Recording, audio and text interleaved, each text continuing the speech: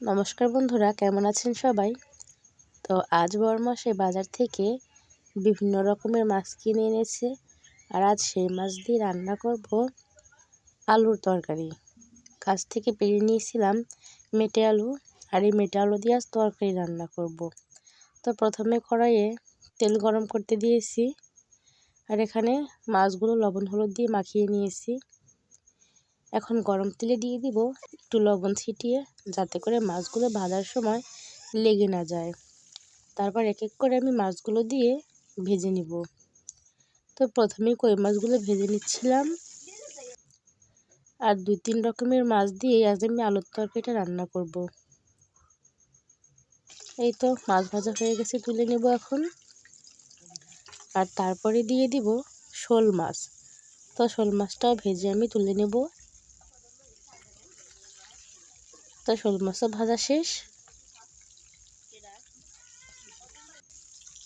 আর এখন দিয়ে দিব পাঁচমিশালি মাছ।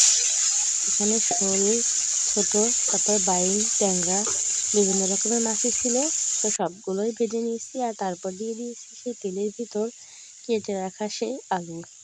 তো আলুটা লবণ হলুদ দিয়ে নেড়ে কিছুক্ষণ ভেজে নিব।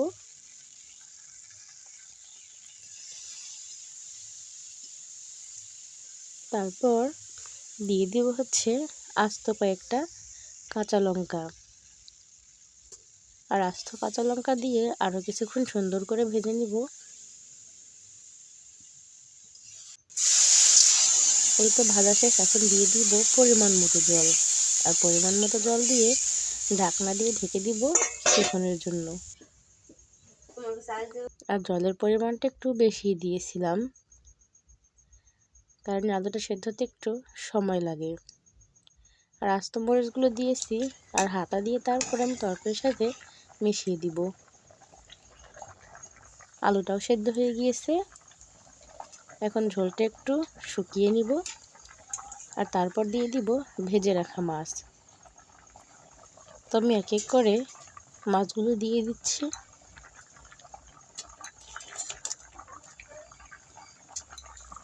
আর আমার রান্নার পাশের চুলো দেখে কেউ খারাপ ভাববেন না, কারণ এটা হচ্ছে সিমেন্টের চুলা। রান্না করতে করতে চারপাশে কালো হয়ে গিয়েছে, তো তাই মনে হচ্ছে কালো। আর মাছগুলো দিয়ে দেওয়ার পর আমি আরও কিছুক্ষণ নেড়েচেড়ে মিশিয়ে নিব।